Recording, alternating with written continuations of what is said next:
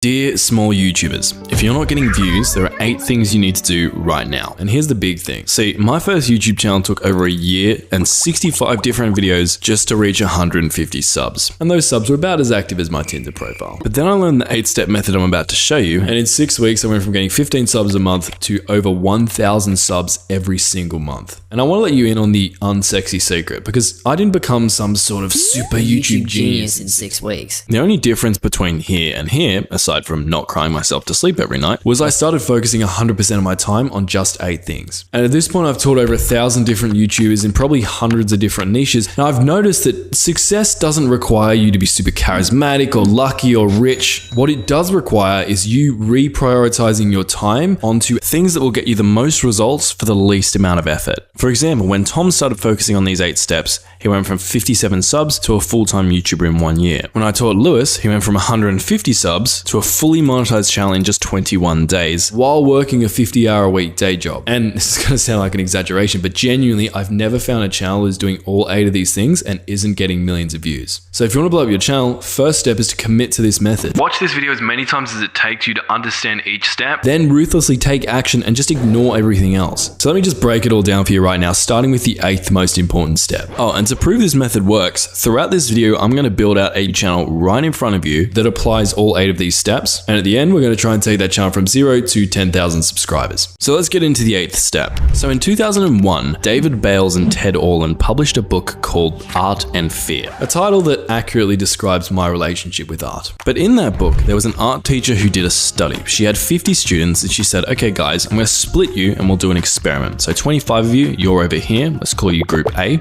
and your goal is to make the perfect clay pot.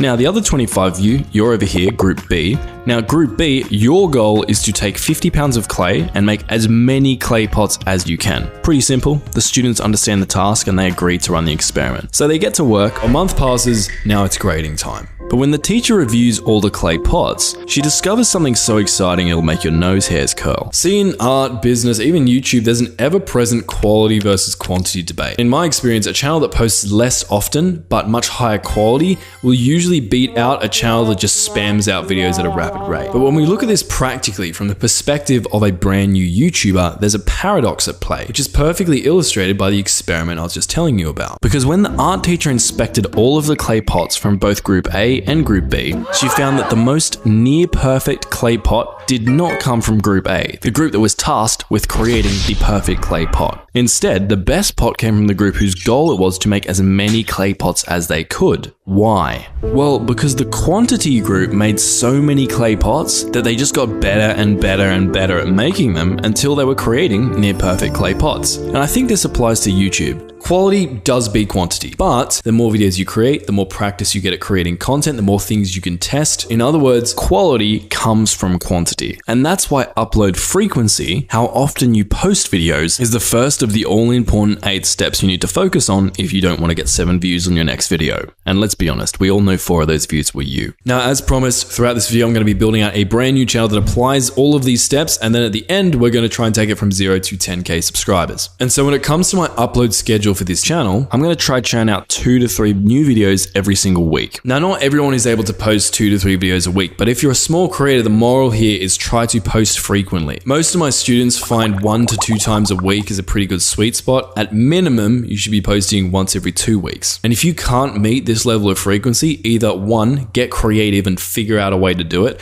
or 2, rethink your content and simplify it so you can post more frequently. But in the beginning, to sum up, unless you're already some sort of master content creator from like previous experiences, upload videos frequently. But let's be real for a sec. You don't have to be the brightest cake on the candle to know that if I want to take a YouTube channel from 0 to 10,000 subscribers, I need to do a lot more than just churn out lots of videos. And that brings us to our next step. Now, I want you to imagine you're having a conversation with someone. Now, because you're a nerd, the conversation turns to YouTube, and this person you're talking with suddenly asks you, who is your favorite YouTuber and why do you like them? Now, I want you to think about that question. What noteworthy characteristics and factors would you bring up to describe your favorite YouTuber and explain why you like them more than everyone else? Would you say they're just insanely good at what they do? Do they have a style of comedy that makes you laugh more than everyone else? Do they have a unique background or persona? Do they have a PhD in being authentic? Do they invest a lot into their videos? Do they teach stuff super quickly and concisely? Or are they just the most unbelievably handsome, brilliant, and most of all, humble person you've ever seen? Whatever it is, when you describe your favorite YouTuber and explain why you like them, there are probably a few key factors that spring to your mind. But now, let's shift the spotlight for a minute and talk about your channel. What are the key factors that will make people watch your videos instead of everyone else's? And comment this below, because if you don't have any of these X factors, then chances are people will just keep watching your competitors, aka no subscribers for you.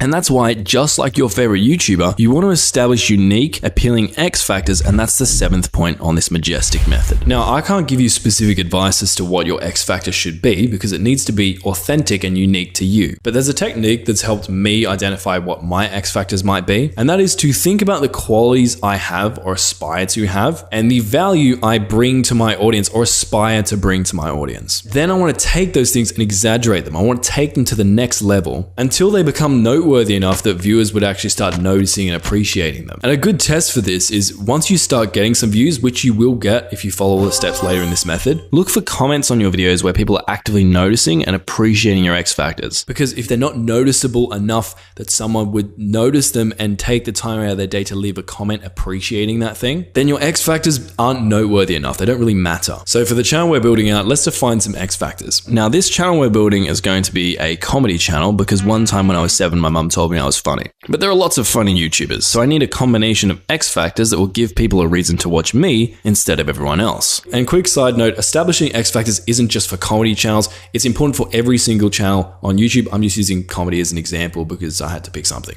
So first X factor for me, maybe I want this channel to be as inclusive as possible. Maybe I can plant a flag and make sure everyone who comes to my channel knows that my videos are strictly family friendly so all ages can enjoy. Now in the videos, I intend on editing in a lot of clips and memes and sound effects to make them funnier. So if I want to make this an X factor, I'm going to spend some time finding unique clips that most people don't know about or use. In other words, instead of just copying and pasting popular meme templates everyone's already seen, I'm actually going to create my own memes from scratch. And if I'm uploading 2 to 3 videos a week, based on my research, which we'll get into more later, that's a lot more than my competitors are currently uploading in this space. And so that in and of itself can also be an X factor because I'm adding a much larger volume of value to my audience, and so they can come to my channel much more frequently to get new novel content compared to my competitors. Now, will all this be enough to get me from 0 to 10k subs on this channel? Well, we'll find out later, but on its own, I can say with 100% assurance, it will not be. So that's why we need to talk about the next point on this method. See, when I was younger, there was a particular YouTuber I used to love. He uploaded pretty frequently and he had a slapstick British sense of humor I found really funny. A bottle of water! He was really chill, down to earth, and he involved his family in his videos. He was like always pranking his parents and stuff, which, you know, being a rebellious ratbag teenager myself, was something I found particularly amusing. And for a number of months, I remember religiously watching this person, but then something changed. He put on this cool persona. He stopped making videos with his family. And if there was an Olympic event for the cringiest YouTube diss track ever produced, he would have brought home the gold. But seriously, I used to be able to come to his videos and get a certain type of experience, but then he became so unpredictable that when I clicked on one of his videos, sometimes I'd really enjoy it and other times I'd hate it. And so I stopped clicking on his videos, and eventually the algorithm stopped promoting them to me and many of his other viewers. And the lesson I took away from this story is, if you're a YouTuber who's very inconsistent, it's going to confuse your viewers and the algorithm. They're not going to know what to expect from you, and so growing your channel is going to feel like headbutting a curb. That's why consistency is the next point on this method. Now, you don't have to be the sharpest bulb in the shed to know that consistency is important on YouTube. Everyone talks about it, but something I was not aware of when I first started was there are far more elements to consistency than just posting videos consistently. For example, you want to keep your branding consistent, especially your thumbnail style. Ideally, you want people to be able to look at your thumbnail and instantly know it's a video from you, even without looking at your channel name. Y'all see this shit? And then there's tone. If you always have a very positive and upbeat outlook in your videos, then all of a sudden you start taking a very negative perspective on everything in your videos. It's just going to be confusing. Then there's production style. For example, if you have incredibly bare bones, maybe like digital whiteboard style editing, and then all of a sudden you switch to studio level talking head videos, you're going to piss people off. Also, your X factors. For example, if one of your X factors is you have a lot of edgy jokes in your videos, and then all of a sudden you start making very politically correct videos, it's going to be weird. And then there's values. So if you have a very right-wing perspective in most of your videos, and then in other videos you take a very contradicting left-wing perspective, the right-wingers are going to get pissed at your woke videos, and the lefties are going to get pissed at your conservative videos, i.e. no one likes you. Now, it's important to know here, these are categories I'm talking about, not prescriptions. I'm not saying that you can't succeed on YouTube with right-wing or left-wing style content. You definitely can, but you can't succeed if you're trying to be both. You need to pick a lane and be consistent within that lane. Now, there is a huge caveat here, and that is obviously if you're trying to test and innovate with new things, you're going to have to be inconsistent every once in a while. But when you're innovating, try to follow these rules. First, do it infrequently. For example, Instagram shows the user an ad in their feed after every 5 photos. And I found this to be a good rule of thumb with YouTube as well. If you test a new type of content every 4 to 5 videos, that's fine. But if you're much more inconsistent than that, the small amount of viewers you do get will vanish faster than a chocolate bar at a Weight Watchers meeting.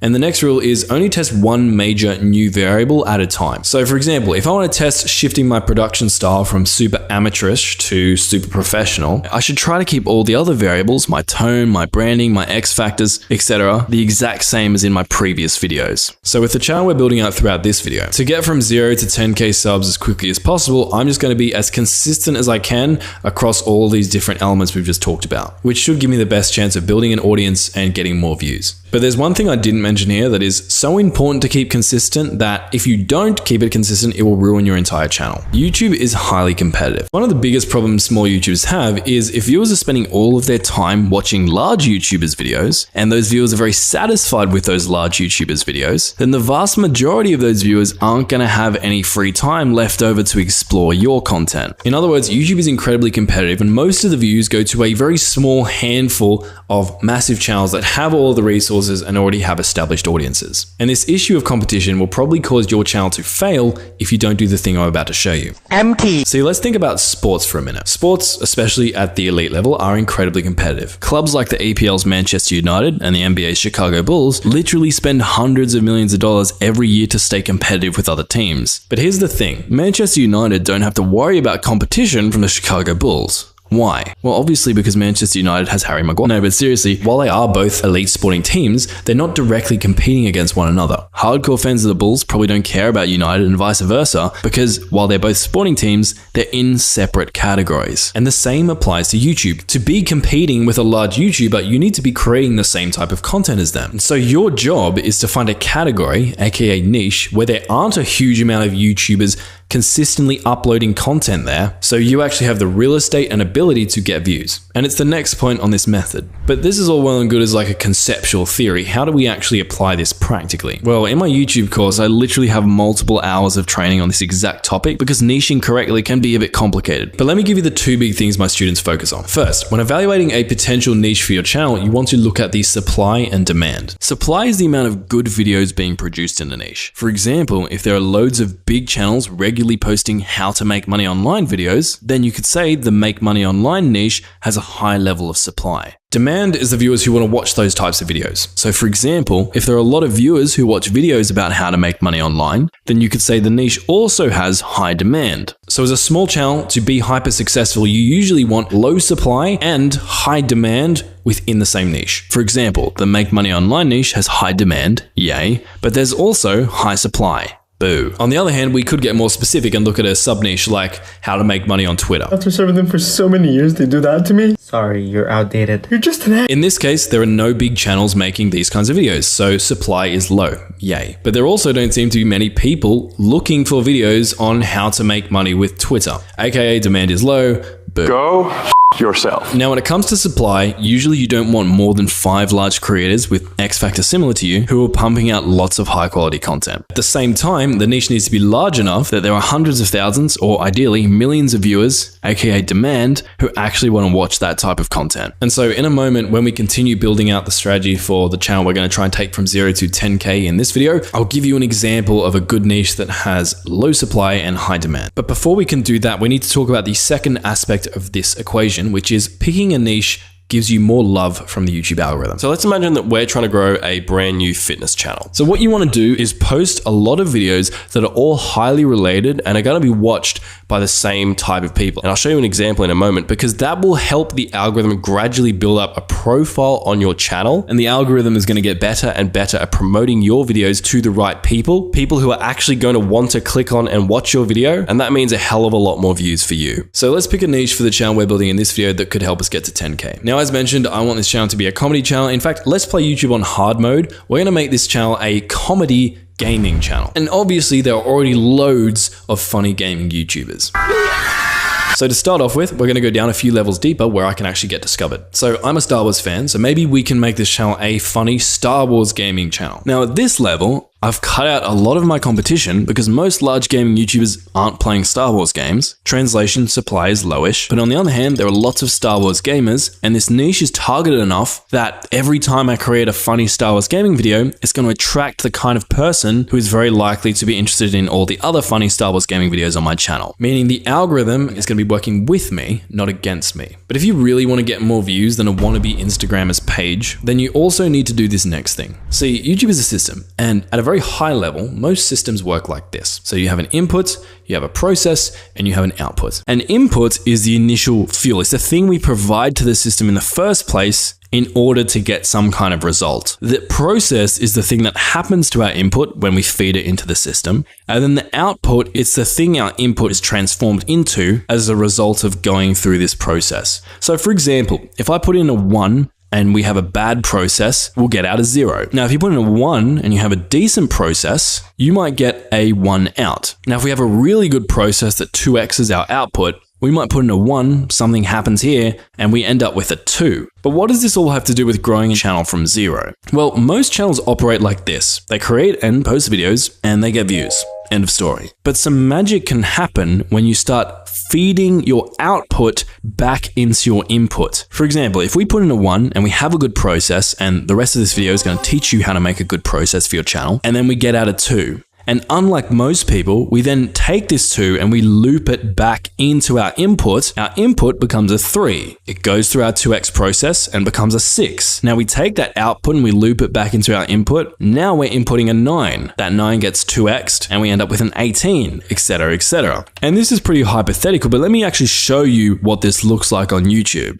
See, this channel you're looking at right now has a 1.6 returning viewer average. That means that if I put out a new video and it attracts 100 unique views, my overall channel will actually end up with 160 new views overall. And this is great because 1, I get more views, but 2, YouTube loves it when viewers spend lots of time on the platform. The more time viewers spend on YouTube, the more ads they'll encounter on average, and the more money YouTube makes. And that's why increasing your session time is the next step on this method. So how can you create a feedback loop that will increase your session time and blow up your views? Well, first, you need a well-oiled process. If you put in a 1 and you get out a 0, you have nothing to loop back into your input. But that's okay because the rest of the steps in this video will help you optimize your process. So assuming you have a good process, the next thing you want to do is try to link your videos together. And there are 2 main ways to do this. First, you have the video idea itself. So let's say your niche is custom building computers, and you have a popular video titled How to Build Your First Computer Beginner's Guide. What we could do is think about other topics that would interest first-time computer builders. For example, a lot of these beginner builders are probably on a tight budget, so we could create a video like 5 secret websites to save 50% on computer parts, because there's a high likelihood that viewers of this video would also want to click on and watch this video. And then we could build out our feedback loop even further by making another video like 8 mistakes that cost first-time computer builders thousands. And then another one like don't build your first computer before watching this video, etc., etc. Now the second aspect here is you can physically link your videos together, which makes it easy for people to binge them. So for example, the channel we're building out throughout this video is a funny Star Wars gaming channel. And what I'm going to do is at the end of all my videos, I have these clickable elements called end screens that are linked to other videos on my channel. I'm also going to create and optimize playlists that once a viewer's in them, they just end up binging a whole bunch of my videos. And I'm also going to put links to my videos all over my videos, my mailing list, my website, my social media, whatever it is. So whenever someone enters my ecosystem, it's as likely as possible they'll find another one of my videos and start binging their lives away. But even if I'm doing all of these things to maximize my session time feedback loop, it's not going to be enough enough to help me take this channel from 0 to 10,000 subscribers. Because if I don't do this next thing, this whole process just breaks and becomes irrelevant. Imagine you click on a new video from a channel you've never seen before, and all of a sudden you're greeted with this. After a cringy 10-second intro, you realize the video is super pixelated because it's been filmed in 480p. You also notice massive black bars on the screen because clearly this creator has rendered his video using the dumb preset. There are massive silences between cuts, and his audio sounds so bad Vincent van Gogh would have cut off his other ear, and he takes approximately 3 business days to get to the point. Normal rail, minecart, whatever kind of item. Well, this is actually my first ever YouTube video. And rightfully so, most people who clicked on it vanished faster than a fart in the wind. And not only does you clicking away hurt my session time, because no one gets to the end of my videos and I can't get them into a feedback loop, but it also sends very negative signals to the YouTube algorithm. Basically, if a viewer clicks off in the first 5 seconds, they're sub-communicating to the algorithm, hey, this video is the biggest piece of dog shit. And so the algorithm is going to be less likely to promote my future videos to those viewers and to other people who have similar viewing habits to these viewers, because it's going to assume that those other people won't like my videos either. And that leaves you with a channel that's about as alive as a graveyard. Empty. And that's why the next point on this method is create great videos. I know it's not a secret. Everyone says you need to make great videos to succeed on YouTube, but not many people actually break down what that means. There are 2 main concepts I think that encapsulate most great content on YouTube. First, great content is engaging. Now, when we hear the word engaging, we might think likes, comments, shares, and those things are definitely part of it, but the most important engagement you can get is a viewer who actually engages with your video itself by watching it all the way to the end. Now, realistically, it's impossible to get all of your viewers to watch all of your videos all the way to the end. Even Mr. Beast can't do that. But the longer you can get people to watch you for, the more favorably the YouTube gods will look upon your content and the more views you will get. Now, if you go to your YouTube studio, and then you come down to content, you click on the analytics of one of your videos and you scroll down, you will see a retention graph like this. This graph visually represents how long viewers are watching your videos for. If you see a graph that looks like this, it means that lots of people are clicking off your video. Boo. In a perfect world, you want your retention to look more like this, where lots of viewers are staying on your videos for a long period of time. And so if your retention graphs look like Angel Falls, which most of mine did in the beginning, let's be honest, there are 2 things you can do. First, stimulate. So you can edit your videos to be as stimulating as possible to keep your viewers engaged. Add on-screen movement, add pattern interrupts, say or do interesting things, make them laugh. The other thing you can do is structure your content in a way or tell a story that hooks a viewer in and gives them a reason to want to watch that video all the way to the end. For example, a video about the top 10 tips to improve your bookkeeping might contain some good information. But if a viewer leaves that video on tip 6, it's not really a big loss for them. They've just got 60% of the value from that video instead of a potential 100%. On the other hand, a video about the 5-step bookkeeping method used by billionaires will be more likely to keep people watching because it's a method. And as a method, all of the steps rely on one another. And so if a viewer leaves the video at step 3, the information they've gained so far is completely useless because they don't know what the final 2 steps are. So they need to watch the video all the way to the end to get any value at all. And another thing you can do is just tell a story. It's been scientifically proven that only psychopaths leave a good movie halfway through watching it. And most normal people can't bear to do that because our minds crave closure. We have to see how it ends. And if you integrate stories within your YouTube videos, you'll be taking advantage of the same principle. But the thing truly great videos all do is they go beyond engagement. They're not just engaging, they're also satisfying. See, it's possible for a video to be very engaging, but then not be satisfying. So those viewers who watched it all the way to the end regret having watched the video. And so here's what I'm going to try and do to take this Star Wars funny gaming channel we've been building out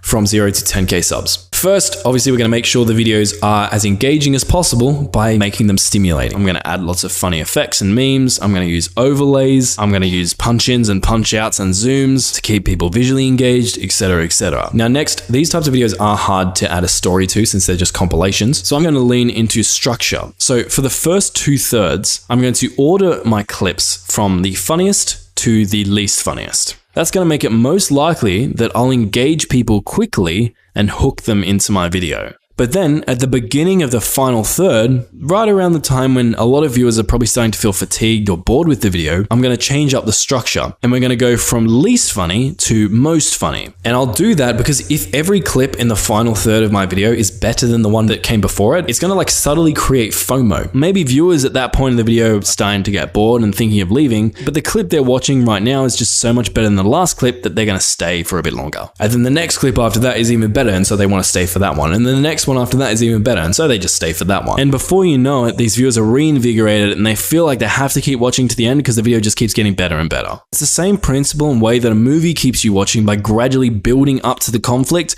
until reaching the final climax. That should take care of the engagement side of this equation. Now, to make my videos satisfying, basically I just have to make sure the video is actually funny. They clicked for a funny Star Wars gaming video, and so even though it's normal that some clips might be funnier than others, overall, everything needs to be hilarious so they don't regret clicking on the video. And by combining these elements, we're going to end up with great videos that will hopefully take this channel from 0 to 10K subs. But now you might be saying, well, Marcus, making great videos is all well and good, but no matter how great my videos are, nobody's there to see them.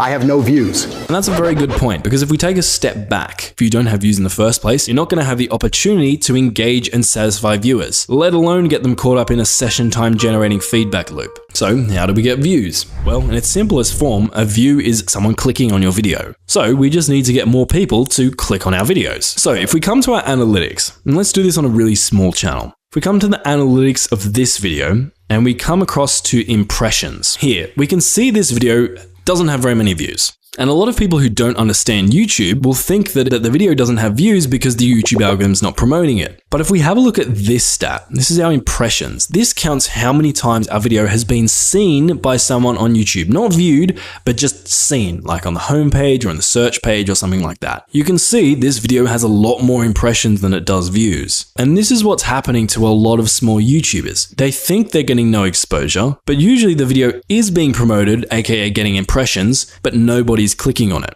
Now, quick side note, even if you actually are one of the few people who is getting 0 impressions, following all the steps in this video, I promise you, will change that. And so all you need to do now is get those impressions to click on your videos and we'll have views. So how do we do that? Well, quick story. The other day, I was hanging out with some friends in Sydney and it was very late and we got hungry. And the only place open was this dark, dingy servo down the road. So we go visit this weird servo and we walk in, and to my delight, there was an entire shelf full of 2-minute noodles. Loads of them, stacked top to bottom. The thing was, I didn't immediately recognize any of the brands. So the first thing I did was I quickly scanned the entire shelf until the packaging from one of them jumped out at me. If the packaging jumped out, I inspected it a little bit more thoroughly, had a look what flavor it was, how large it was, how much it costs. And if I wasn't impressed, then I went back to scanning, and eventually I picked the one that had packaging that jumped out at me and that was the most reasonable and appetizing deal. And bear in mind, all of this happened in the space of seconds. And on YouTube, viewers go through a similar process. On the home page or search page,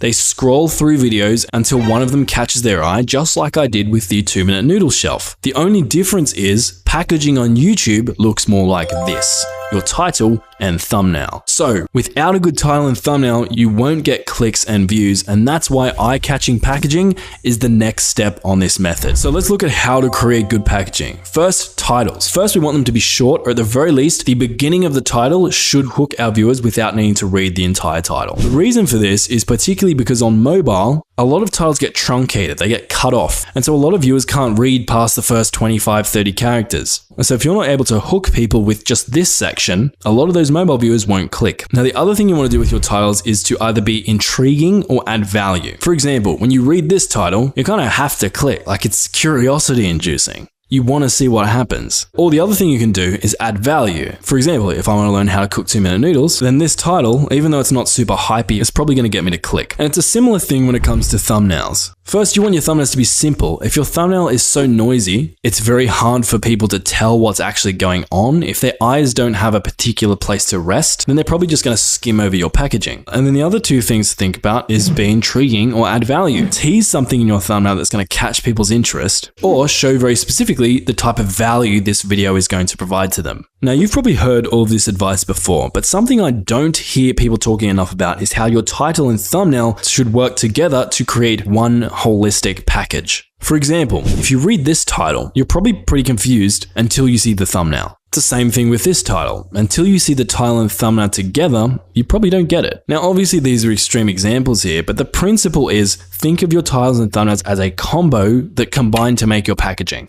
And I'm emphasizing this because I see so many people waste space by repeating the same thing in their title and thumbnail. For example, if you have a video about exploring an abandoned factory, and in your title you have text that says exploring an abandoned factory, and in your thumbnail you have text that says exploring an abandoned factory, you've doubled up, you've wasted real estate. Instead, you would probably get better results if you did something more like this. Or here's another example. If you have a video about how to change the oil filter in your car, and then the thumbnail has text that is how to change the oil filter in your car, same mistake. You're doubling up. Add more interesting text in your thumbnail like it takes 2 minutes or fastest method or beginner method or something that actually adds a new angle to your thumbnail and makes your packaging overall even more enticing. So with all this being said, when I'm creating the strategy for this Star Wars gaming channel, here's how we're going to package the videos. Now, I could experiment with a few different methods, but to start off with, I'm probably going to have value in the title and then tease an intriguing moment in the thumbnail. For example, I might structure my title like Star Wars Battlefront Funny Moments, #1, because they're going to be episodes. And then instead of just having Star Wars Battlefront Funny Moments in my thumbnail, I'm going to tease the funniest moment or glitch from the video in a very visual way. This thumbnail from a graphical design perspective is kind of ugly, but psychologically, it does the job it needs to do. And that's the most important thing.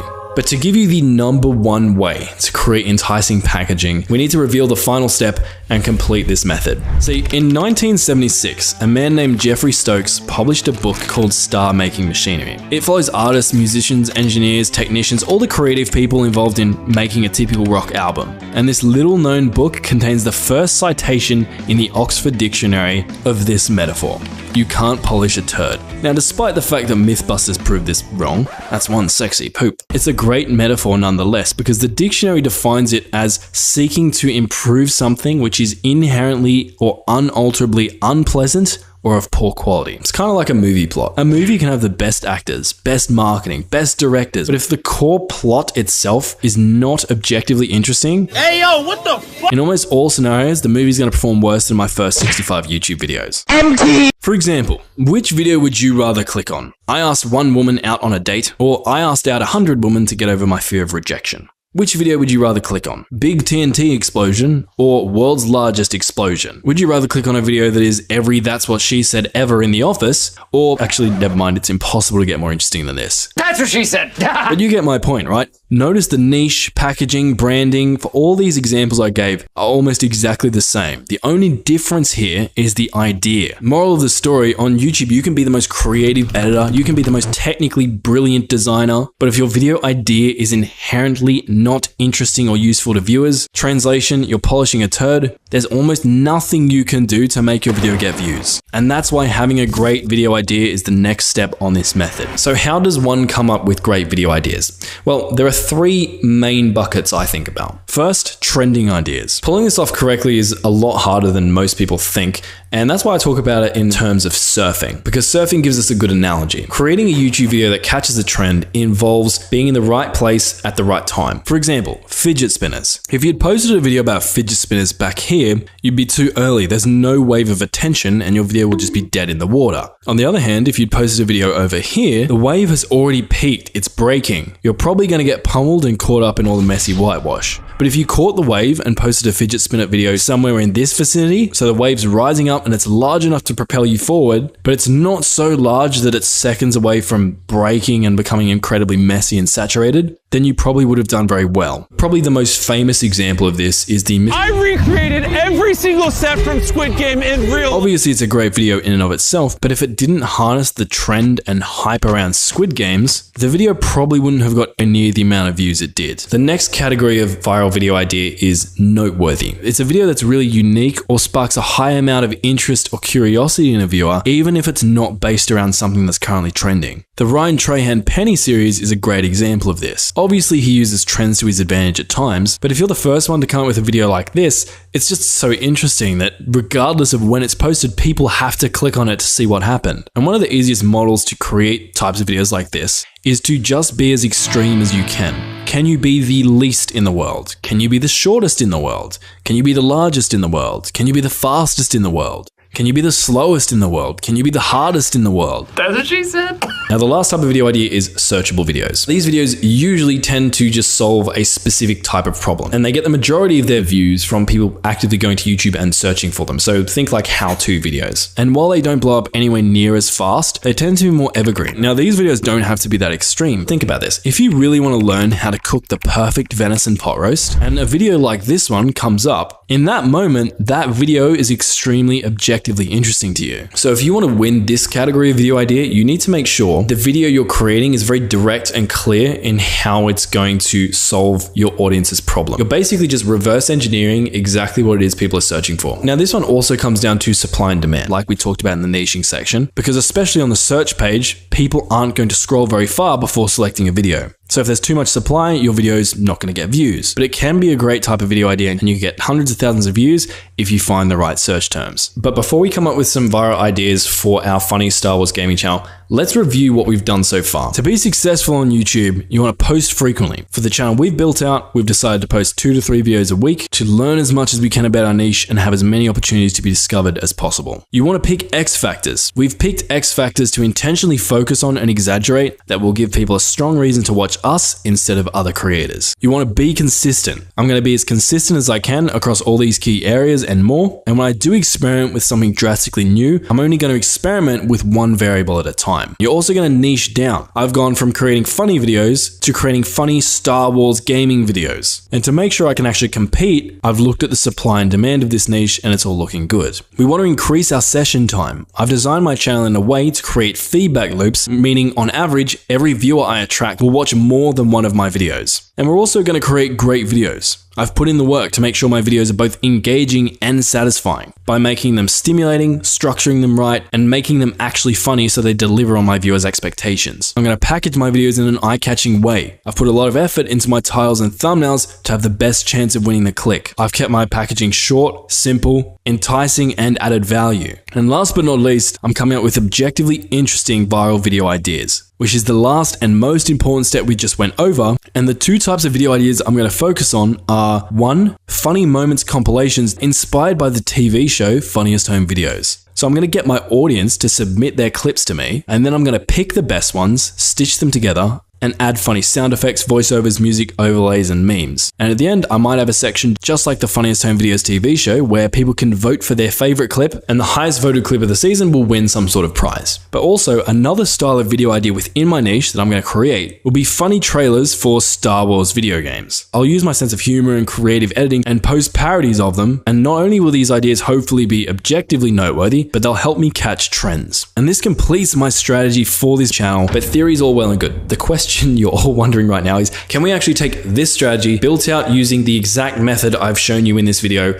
and take a channel from 0 to 10,000 subscribers? Well, I've got something I'm pretty excited to tell you, because normally this is the part of the video where the creator is like, well, subscribe to my channel and check back in 3 months to see my progress update. I hate that shit. But that's why I'm excited to tell you guys that it's actually not the first time I've built this. In fact, the strategy you see in front of you is the exact same strategy I used on a gaming channel I started a while back. And so because I've already launched that channel, I can just show you exactly how it worked. First year, absolute failure. To be honest, I was probably doing about 50 to 70% of the things on this list, but if you don't do everything together, usually everything else breaks, and that's why I was getting no results. Then I started applying the method about here, and 90 days later, I have 3,000 subscribers. And it kept growing steadily, getting a few thousand new subscribers a month until we hit our 10,000 subscriber goal in June. And don't get me wrong, 10K is very, very good, but we didn't stop there. I stayed consistent, and the channel, which is called Silky, by the way, if you want to look it up, kept on growing until we reached nearly 60,000 subscribers, 20 million views, and at its peak, it was making more money than I was making from my real day job. And I don't share this to brag, I share this to show you what's possible if you follow the method in this video. Even though Silky was created a while ago,